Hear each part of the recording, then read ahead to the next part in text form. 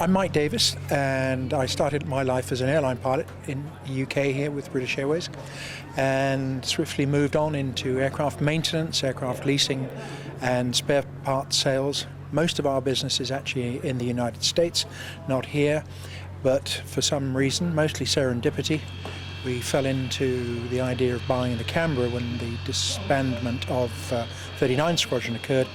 And then we had to think what we were going to do with the airplane. As our initial plan was to reuse the aircraft in another role, much higher tech content on the airplane.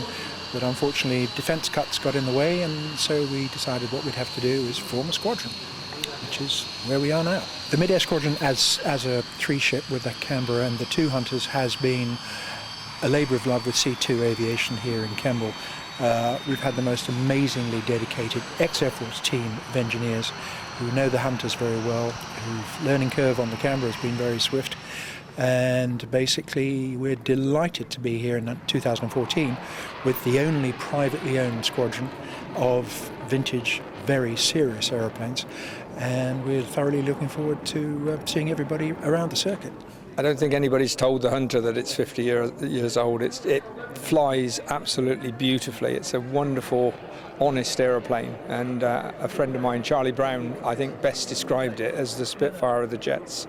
It's just a joy to fly. I mean, if you just look at the aeroplanes, they are in magnificent condition. They've done a fantastic refurbishment of them.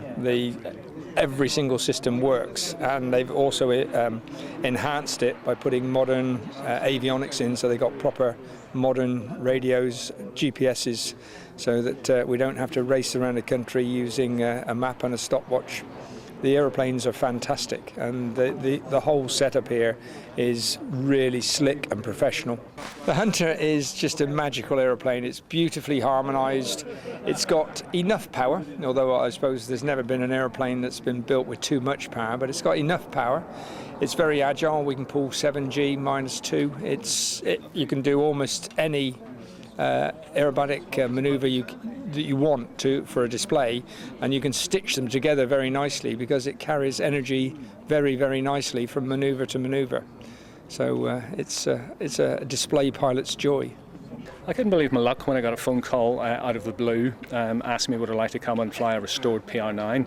I thought about it for all of a second before I said yes, and the product that I was presented with when I came down to Campbell was phenomenal. The guys have done a smashing job restoring it, and it's a pleasure to fly. The aircraft is now lighter than it was in service, and shiny paint job makes it even faster, so it's an absolute pleasure to jump into this thing and take it into the skies again.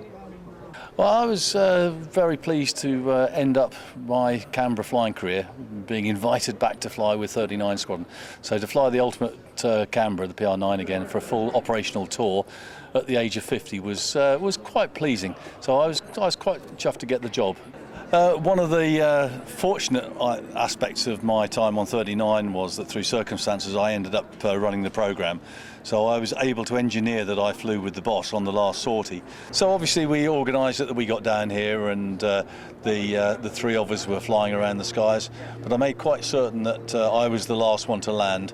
So I think that was in 131, and put that as the last airplane on the ground, assuming that was going to be the last ever operational landing of a Canberra after its illustrious history. And indeed that's how it turned out to be.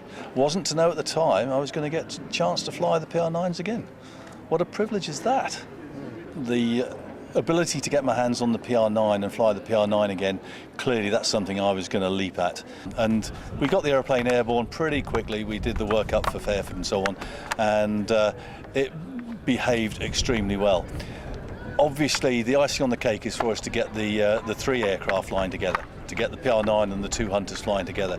And if you've seen the shots of the two in the sky at the same time, I think it looks pretty spectacular. And of course, with my present position, I'm actually in the process of working up to fly the Hunter as well.